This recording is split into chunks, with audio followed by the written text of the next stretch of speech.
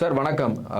தற்போது பாராளுமன்றத்தில் கனிமொழி அவர்கள் வந்து அனுராக் தாக்கூரை எதிர்த்து ஒரு கேள்வி கேட்டாங்க.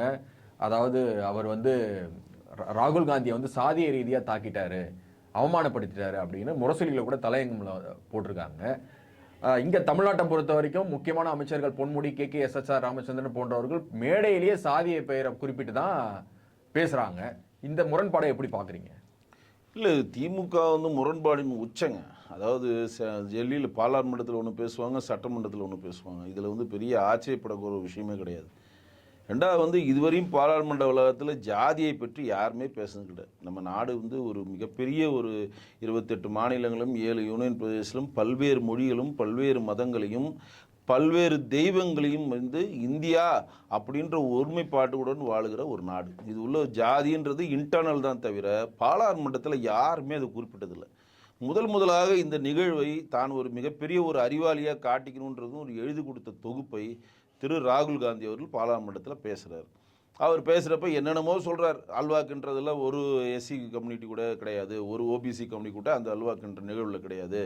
கிட்டத்தட்ட பாராளுமன்றத்தில் வந்து பட்ஜெட் கூட்டத்தொடரில் வந்து ஒரு முறை கூட தமிழகம் பேரை வந்து நீங்கள் சொல்லவே இல்லை அப்படின்னு இப்படி பல விஷயத்தில் முன் வைக்கிறப்ப முதல்ல சாதிய பேச்சு ஆரம்பிக்கிறதே ராகுல் காந்தி தான் முதல்ல ஆரம்பிக்கிறாரு. அப்புறம் சக்கர வியூகன்றாரு, அது பத்ம யூகமாக மாறிது. அது பத்ம யூகத்தில் தாமரை தாமரை யூகமாக சொல்கிறாரு. அம்பானி, அதானி, மோடி, அமித்ஷா இவங்கெல்லாம் 6 பேர் தான் நாட்டை வந்து நடத்துகிறாங்க. அப்படின்றப்ப நம்மளுடைய மாண்புமிகு சபாநாயகராக இருக்கக்கூடிய ஓம் பிர்லா வந்து கண்டனம் தெரிவிக்கிறார். ஏன்னா பாராளுமன்றத்தில் அவையில் இல்லாதவங்களை பற்றி பேசக்கூடாது, அதேமாரி எந்த ஒரு காட்சி புகைப்படத்தையும் காட்டக்கூடாது, பதாகையில் பாராளுமன்றத்தில் காட்டக்கூடாது. அவர் ஃபோட்டோவும் காட்டுறார், அல்வா ஃபோட்டோலாம். இதற்கெல்லாம் கண்டனத்தை முன்வைக்கிறாங்க.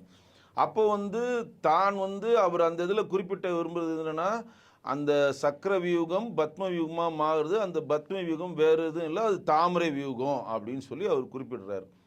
குறிப்பிட்டு ஜாதிகள் சம்மந்தமாக அவர் தான் முதல்ல ஆரம்பிக்கிறாரு. அதற்கு வந்து அனுராக் தாக்கூர்ன்றவர் வந்து நம்ம மினிஸ்டர் வந்து அதுக்கு பதில் சொல்கிறார். அனுராக் தாக்கூர்ன்ற ஒரு MP பதில் சொல்கிறார். அவர் பதில் சொல்கிறப்ப எல்லா விஷயத்துக்கான பதில் அவர் முன்வைக்கிறார்.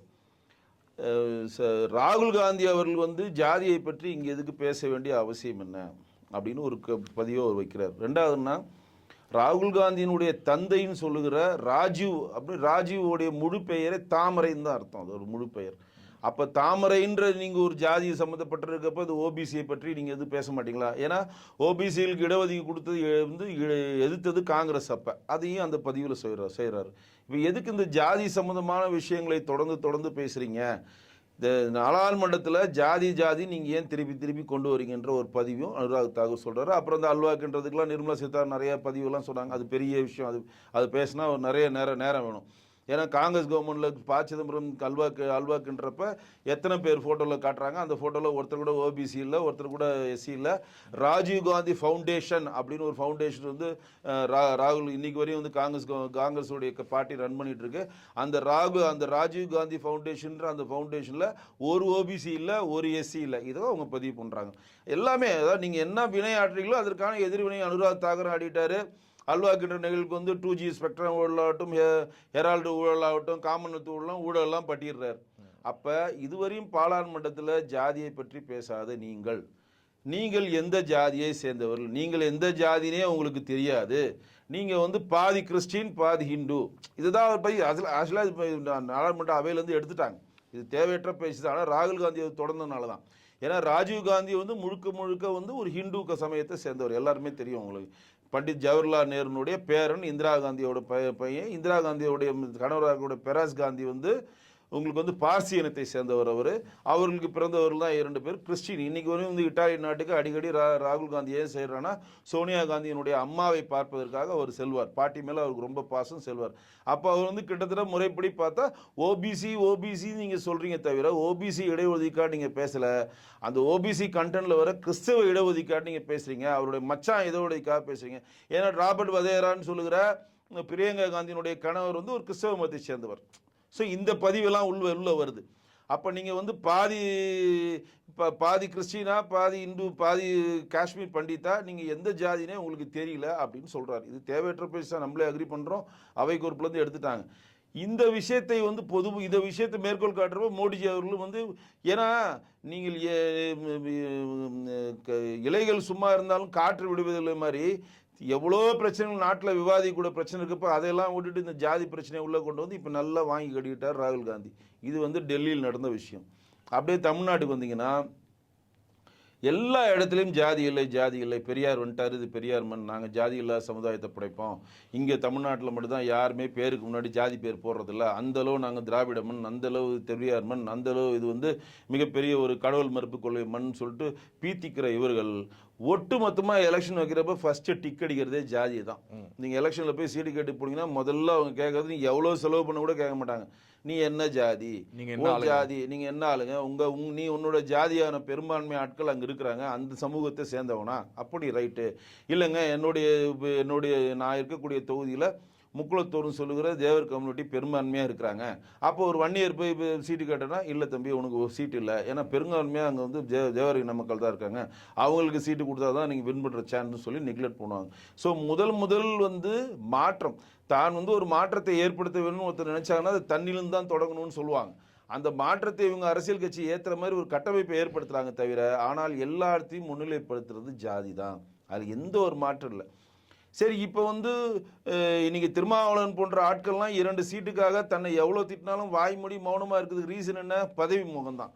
ஏன்னா ஏடிஎம்கே ஆட்சியில் கொரோனா பீரியடில் நம்ம தலைமை சபாநாயகராக இருக்கக்கூடிய சண்முகத்தை அவரில் வந்து தயாநிதி மாறனும் டிஆர் பாலும் பார்க்க போகிறப்ப அவர் நிற்க வச்சு என்ன பேசினாரு. அப்போ நாங்களாம் வந்து தாழ்த்தப்பட்ட ஜாதி சொன்னால் நாங்களாம் வந்து தாழ்த்தப்பட்டவர்களா அப்படின்னு சொல்லி தீண்டாமை வன்கொடுமை தடுமை சட்டத்தில் கேஸ் வாங்கி இன்னைக்கு வரைக்கும் கேஸ் ஜாமீனில் இருக்கு. வெளிப்படையாக பேசி கேஸ் வாங்கி இன்னைக்கு ஜாமீனில் இருக்கிறாங்க. ஆர்எஸ் பாதி வந்து தமிழ்நாட்டிலுடைய முதல் நீதிபதியானது வந்து திமுக போட்ட பிச்சை அப்படின்னு சொன்னார். அதுவும் தீண்டாமை வன்கொடுமை சட்டத்தில் கேஸ் வாங்கி அதுவும் கேஸ் ஓடிட்டு இருக்கு. இவ நம்ம மாண்புக்கு முன்னாடி அமைச்சராக இருக்கக்கூடிய இப்போ அமைச்சராக இருந்து பதவி எழுந்து திருப்பி அமைச்சர் பதவி பெற்ற பொன்முடி அவர்கள், ஏமா நீ தாழ்த்தப்பட்ட ஜாதியை சேர்ந்தமான்னு சொல்லி நேரடியாகவே சொல்றாரு. நீ எஸ்சி தானம்மா, ஓசியில் போகிற ஆள் தானம்மா, பஸ்ஸில் அடிங்களா ஓசிக்கிறாக்கி தானம்மா அப்படின்னு சொன்னார். இவர் நம்ம அருப்புக்கோட்டை எம்எல்ஏ இருக்கக்கூடிய கேஎஸ்எஸ்ஆர் ராமச்சந்திரன் வந்து நாங்கள் ரெட்டியார், நாங்கள் எங்கே ஓட்டு கேட்டாலும் தெலுங்கு தான் ஓட்டு கேட்போம், அந்த மக்களுக்கு தமிழ் தெரியாது அப்படின்னு சொல்லிட்டு தன்னுக்கிட்ட மனு கொடுக்க வந்து மனு வாங்கி அவங்களே அடிக்கிறார் அவர். அது கேட்டால் என்னுடைய ஜாதிகார பொம்பளை, எனக்கு தெரிஞ்ச பொம்பளை, அதனால் நாங்கள் ஒன்று அடிச்சுப்போம் கூடிப்போம்னு ஒரு காமெடி பண்ணுறானுங்க. இதெல்லாம் பார்த்தீங்கன்னா சொல்கிறது எல்லாம் பண்ணுற வேலையெல்லாம் ஜாதிகள் வேலை தான். இங்கே தமிழ்நாட்டில் தெலுங்கு பேசுகிற 12 அமைச்சர்கள் இருக்கிறாங்க. தமிழ்நாட்டில் இருக்கக்கூடிய 38 அமைச்சர்களில் தெலுங்கு பேசுகிற 12 அமைச்சர் இருக்கான்னு ஒருத்தன் பட்டியலிடுறான். இந்த 12 அமைச்சரும் ரெட்டியார்களுடைய ஜாதிகளுக்கான மாநாடு போனால் இவங்க ப்ரெசென்ட் ஆகிறான். கடம்பூர் ராஜிலேருந்து கேஎஸ்ஆர் ஜாதி மத பேதம் வந்து ப்ரெசென்ட் ஆகிறாங்க. குறிப்பிட்டு சொல்லணும்னா நேரடியாகவே சொல்கிறேன், இங்கே வந்து தினத்தந்தின்னு ஒரு பத்திரிகை நடத்திட்டு இருக்காங்க. தினத்தந்தி அதிபர் வந்து நாடார் சமூகத்தை சேர்ந்தவர். நீங்கள் எல்லாம் தினத்தந்தி பேப்பரை வாங்குன்னு படிக்கிறீங்க. அந்த தினத்தந்தி பேப்பரில் வந்து எந்த அரசியல் கட்சி தலைவராக இருந்தாலும் எந்த நடிகராக இருந்தாலும் அவர்கள் ஜாதியை சேர்ந்த நடிகர்களாக இருந்தால் அதுக்கு முக்கியத்துவம் கொடுப்பாங்க. அவர்கள் ஜாதியை சேர்ந்த அரசியல் கட்சி தலைவர்கள் எந்த கட்சியில் இருந்தாலும் அவருடைய புகைப்படம் வர மாதிரி ஒரு கட்டமைப்பு நீங்கள் டிசைட் பண்ணீங்க. எப்போ வேணால் பார்த்துக்கோங்க. நான் பேர் சொல்லி குறிப்பிட்டு சொன்னால் அது தப்பாக போயிடும். அந்த இப்போ வந்து தமிழ்நாட்டில் வந்து ஒரு கட்சி இருக்குன்னா அந்தந்த ஒரு கட்சியில் அந்த அவங்க ஜாதி சார்ந்த அமைச்சர்களோ அவர்கள் ஜாதி சார்ந்த நிர்வாகிகளோ அவர்கள் ஜாதி சார்ந்த தலைவர்கள் அதில் இருந்தால் அவர்கள் தான் நாட்டிலே மிகப்பெரிய ஒரு படிப்பாளி மாதிரி, அவர்கள் தான் உலகத்திலே மிகப்பெரிய புத்திசாலி மாதிரி அவங்களோட அந்த படத்தில் ஃபோட்டோவோட கம்பல்சரி ஃப்ரீயாக போடுவாங்க. வெளியில் என்ன சொல்லிக்கிறது, நாங்கள் ஜாதி மத பேதம் இல்லாமல் தான் பத்திரிகை நடத்துகிறோம். எல்லாருக்குள்ளும் ஜாதிகள் நோக்கி தான் எல்லா ஊடகமும் இதை நோக்கி தான் நகருது. இதில் எந்த ஒரு மாற்றம் இல்லை. அதனால தான் இன்றைக்கு திமுக வந்து இவ்வளோ ஒரு பட்டியலின சகோதரர்கள் இவ்வளோ கேவலமாக திமுகவை சேர்ந்த தலைவர்கள் சொன்னாலும், நம்ம இளையாங்குடி எம்எல்ஏ இருக்கக்கூடிய ராஜா கண்ணப்பன் வந்து திருமாவளவனுக்கு ஒரு பிளாஸ்டிக் சேரை உட்கார வச்சு அவமானப்படுத்தினாலும், வேங்க வயல் சிலத்தில் வந்து இதுவரையும் குற்றவாளியை கண்டுபிடிக்க இருந்தாலும், கயிறு கட்டினதுக்காக வந்து திருநெல்வேலியில் ஒருத்தனை வீடு பூந்து ஒருத்தனை வெட்டினாலும் எல்லாத்துக்கும் வந்து விடுதலை சிறுத்தை கட்சியினுடைய தலைவர் திருமாவளவன் ஆகட்டும், இங்கு திடீர் போராளியாக வந்த சினிமா டைரக்டர் ரஞ்சித் போன்ற ஆட்கள்லாம் திடீர் வந்து பட்டியல் இனத்துக்கு நாங்கள் தாங்க ஒட்டுமொத்த குத்தமைப்புக்கு நாங்கள் தாங்க மிகப்பெரிய ஒரு போராளின்னு சொல்லுகிற இந்த தலைவர்கள்லாம் வாய் மூடி ஏன் மௌனமாக இருக்கிறாங்கன்னா, ஆளுங்கட்சியை பகைச்சிக்கிட்டா தேவையில்லாத சிக்கல் வரும், நமக்கு சீட்டு போவோம், நாளைக்கு நம்ம அரசியலில் முன்னேற முடியாதுன்னு தான் தன்னுடைய பதவி மோகத்துக்காக தன் பட்டியலின மக்களிடையே பலியிடுறாங்க திமுகவுக்கு அப்படின்றது தான் நிதர்சனமான உண்மை.